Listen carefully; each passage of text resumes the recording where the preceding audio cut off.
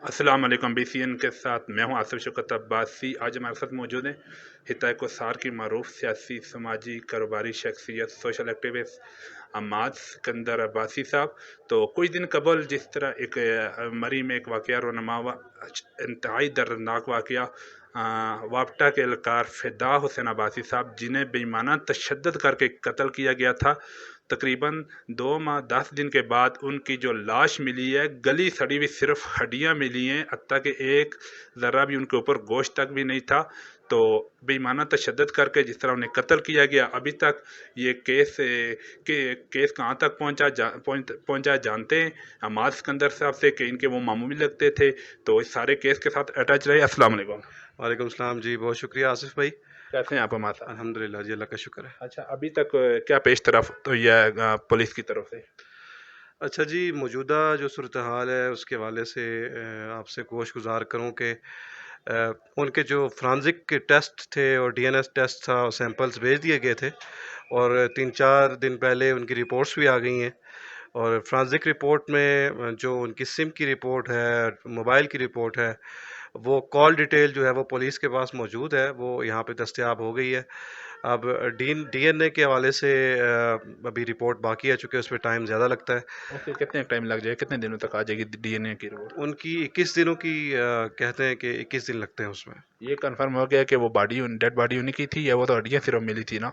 ये गालिब गुमान यही किया जा रहा है और जो शवाहिद हैं उनके मुताबिक तो वही हैं, लेकिन डीएनए की रिपोर्ट के मुताबिक अभी वो रिपोर्ट बाकी है। जैसे ही वो आ जाएगी तो ये जो मामला है ये मुअम्मा हल हो जाएगा इंशाल्लाह। हमाद अब्बासी साहब, उन्होंने 3 बंदे नॉमिनेट भी किए थे, उन पे एफआईआर भी हुई थी। एक एसडीओ वापटा थे और 2 और वापटा के एहलकार थे। उनके अलावा भी किसी को नॉमिनेट किया उन्होंने? नहीं, उन्होंने किसी को भी नॉमिनेट नहीं किया था।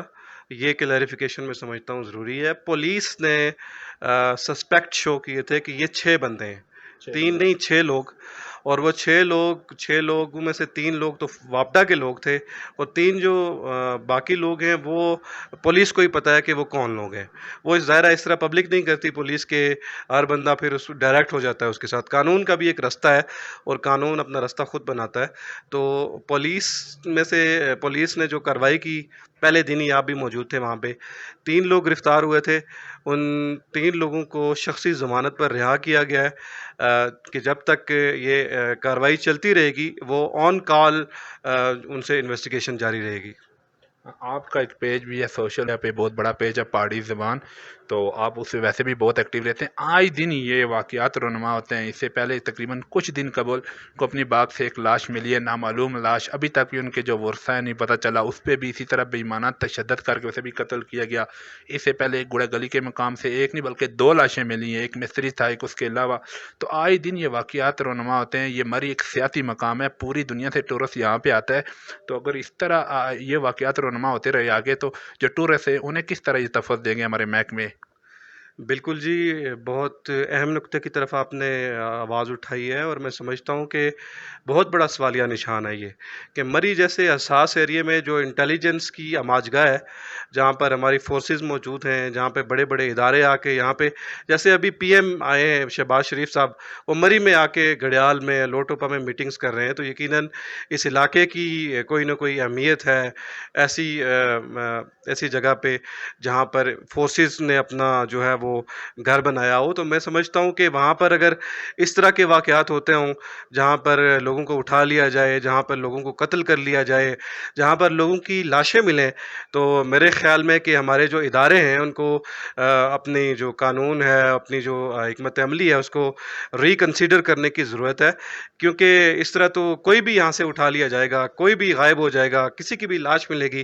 तो मेरे ख़्याल में इदारों को अपना काम सही तरीके से करना चाहिए और जो यहाँ पे सिक्योरिटी के सिस्टम्स हैं, ख़ास करके सीसीटीवी कैमरास, मैं समझता हूँ कि कंपनी बाग से ऊपर तक और यहाँ से फगवाड़ी तक हर मोड़ पर, हर रोड पर सीसीटीवी कैमरा नस्ब होने चाहिए। यहाँ पर पुलिस को मज़ीद एक्टिव किया जाए, थानों को मज़ीद एक्टिव किया जाए और इस तरह की जितनी भी कार्रवाइयाँ हो रही हैं, जितने भी इक़दामात हो रहे हैं, उनके रोकथाम के लिए अमली इक़दामात किए जाएँ। मादब सब ये आए दिन जब ये वाक़यात रोनमा होते हैं, लोगों में एक खौफ और हरास फैला हुआ है। तो इस पे क्या समझ रहे हैं आपके? कोई ख़ास कोई गिरोह है या ये दुश्मनदारियाँ जो यहाँ पे आके ख़त्म की जाती हैं? क्या सिस्टम है ये? जो लाशें मिल रही हैं इसके पीछे कौन हो सकता है?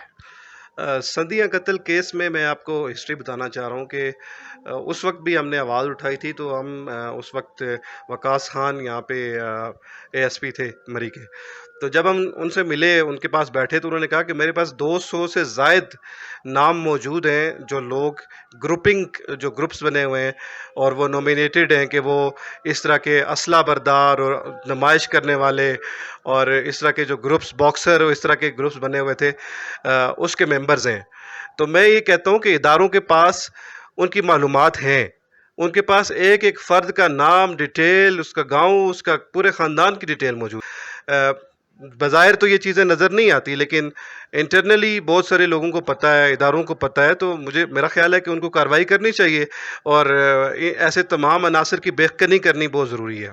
کیا سمجھ رہے ہیں کہ اپنا فدا صاحب کے قاتل سامنے آ جائے کہ پولیس کوآپریٹ کر رہی ہے نہیں کر رہی؟ میں تو یہ سمجھتا ہوں کہ بے گناہ قتل کسی کا بھی نہیں چھپا کرتا، اور بہت جلد وہ شخص، وہ گروہ، وہ ظالم عناصر جو ہیں وہ عیاں ہو جائیں گے اور دنیا کے سامنے بے نقاب ہوں گے، جنہوں نے اتنا بھیانک قتل کیا ہے اور جس کی مثال آج تک مری کی اور کیا ہزارے کی تاریخ میں بھی نہیں ملتی. پاکستان کی تاریخ میں بھی اگر کوئی ایسا معاملہ ہوتا ہے تو وہاں پر اس کی انویسٹیگیشن کے بعد بڑے بڑے قتل چھپتے نہیں ہیں، وہ سامنے آ جاتے ہیں، اور انشاءاللہ یہ بھی بہت جلد سامنے آ جائے یہ گا. تقریباً صرف 1 سال کے اندر اندر یہ واقعات رونما تھے. اس سے پہلے تو اس طرح نہیں ہو رہا تھا جس طرح یہ لاشیں مل رہی ہیں. لیکن آخر میں جو ہے اداروں کو کیا پیغام دے گئے؟ جو لوگ اپنے بچوں کو رات کو اب 9-10 کے بعد گھروں سے باہر نہیں نکلنے دے رہے، کیا پیغام دینا چاہیں گے؟ یا دنیا بھر سے جو ٹورسٹ مری میں آتے ہیں انہیں کیا پیغام دینا چاہیں گے؟ بالکل، میں پھر سے رپیٹ کروں گا کہ مری ایک حساس ایریا ہے اور ایسا ایریا ہے جس پر پورے پاکستان کی جو ہماری ایجنسیز ہیں ان کی نظر ہوتی ہے، اور اس ایریا میں اگر اس طرح کے واقعات ہو رہے ہیں تو یہ اداروں کی جو کارکردگی ہے اس پہ سوالیہ نشان ہے.